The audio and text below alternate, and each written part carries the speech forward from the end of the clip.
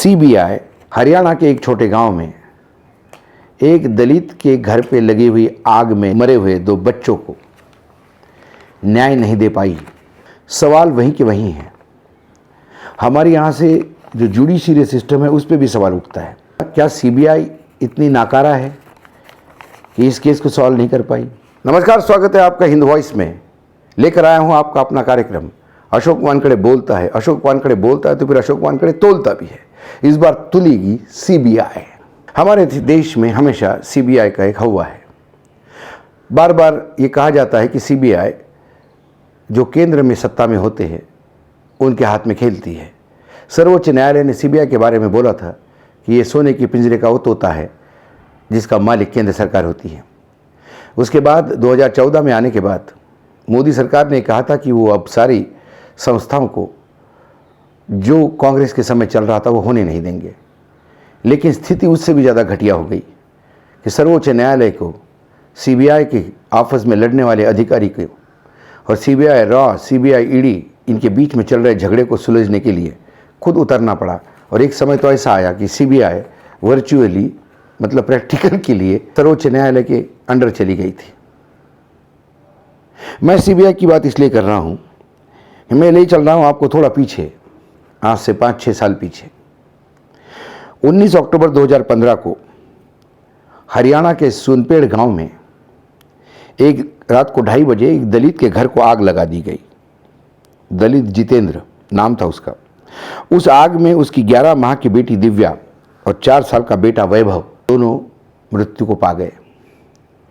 पत्नी और वो बड़े मुश्किल से बच पाए, लेकिन काफ़ी जलने के बाद। खबर ये थी कि उस दिन गांव में जागरण चल रहा था, सब गांव जागरण में व्यस्त था। ऐसे में कुछ लोग आ गए जो जितेंद्र कहते हैं, जो उन्होंने अपना स्टेटमेंट दिया सीबीआई को, उसमें उन्होंने कहा कि ये फला लोग आए राजपूत समाज के और इन्होंने आके पेट्रोल छिड़का और आग लगा दी। पेट्रोल जब छिड़का उन्होंने तब मेरी नींद खुली और तब मैं जब तक बचा पाता तब तक मेरे दोनों बच्चे बुरी तरह से झुलस गए थे।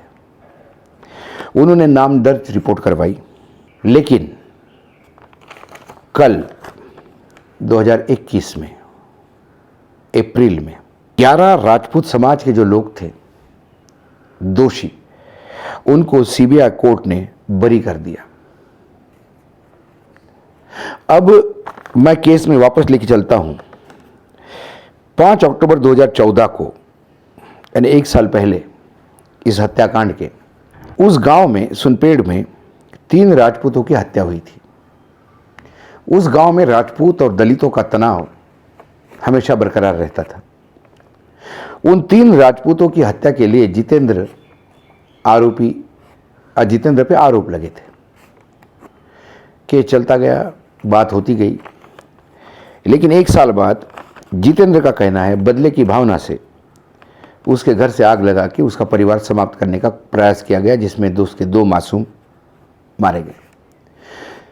कोर्ट ने जब सरकार ने जब इसमें राजनीति बहुत होने लगी, क्योंकि दलित का मामला था, सवर्ण वर्सेस दलित, तो सारे हरियाणा के तमाम नेता, देश के तमाम नेता, राहुल गांधी से लेके बीजेपी से लेके तमाम आक्रामक हुए।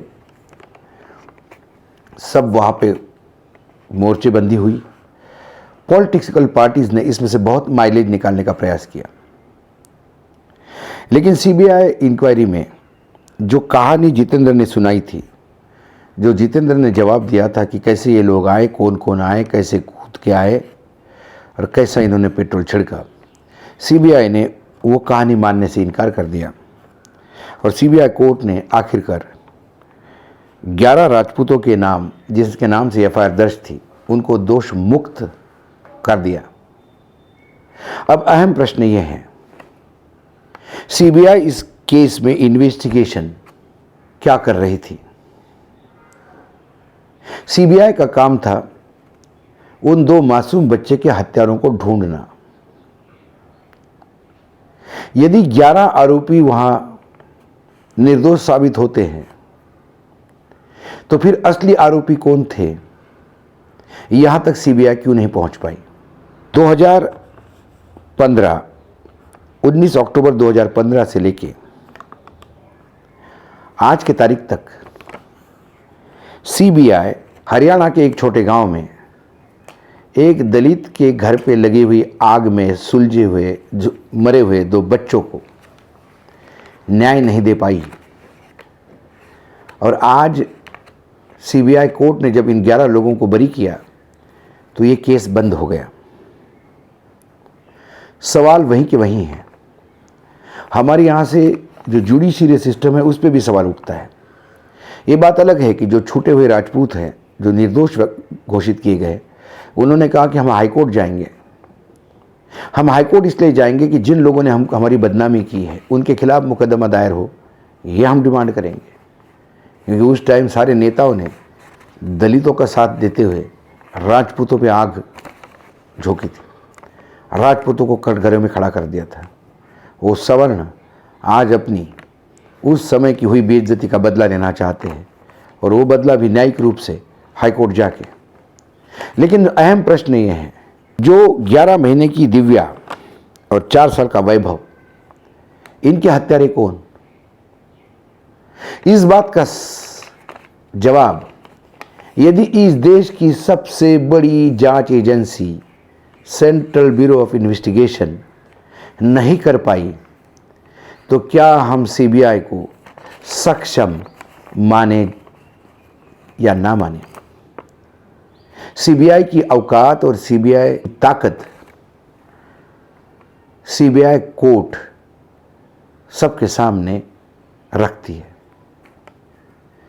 11 को निर्दोष साबित किया, एक को भी सजा नहीं हुई, तो फिर उन बच्चों के हत्यारे कौन?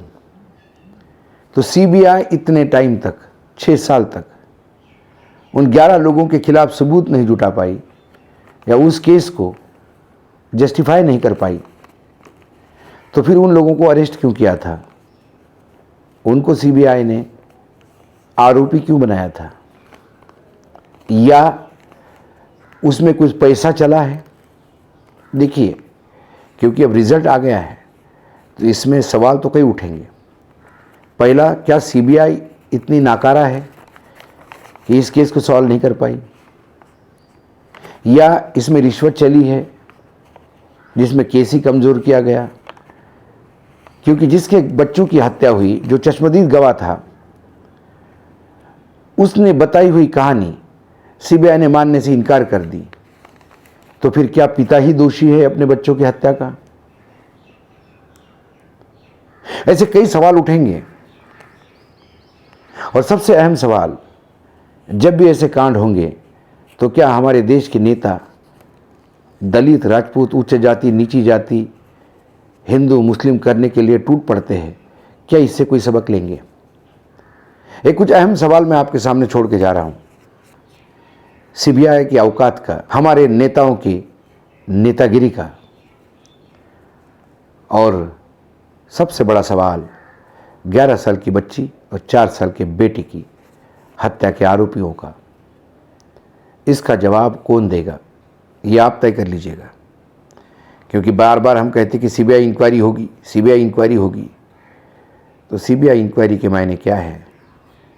जो एक दलित के 11 साल के बच्चे, 11 साल की बच्ची और 4 साल के बच्चे को न्याय नहीं दिला पाते, उस सीबीआई को ढोके ये देश क्या कर रहा है? सवाल ये भी उठता है। ये कोरोना के बीच, चुनाव के बीच, आपाधापी में इस केस का नतीजा कल आया, इसलिए ये सवाल मैं आपके बीच में छोड़ के जा रहा हूँ। इसका जवाब आपको मिले तो कमेंट में ज़रूर लिखिएगा, क्योंकि आप लोगों की कमेंट्स, अच्छी हो या बुरी, हमेशा मैं सर आंखों पे लेता हूँ। आज इतना ही, लेकिन आप देखते रहिएगा हिंद वॉइस।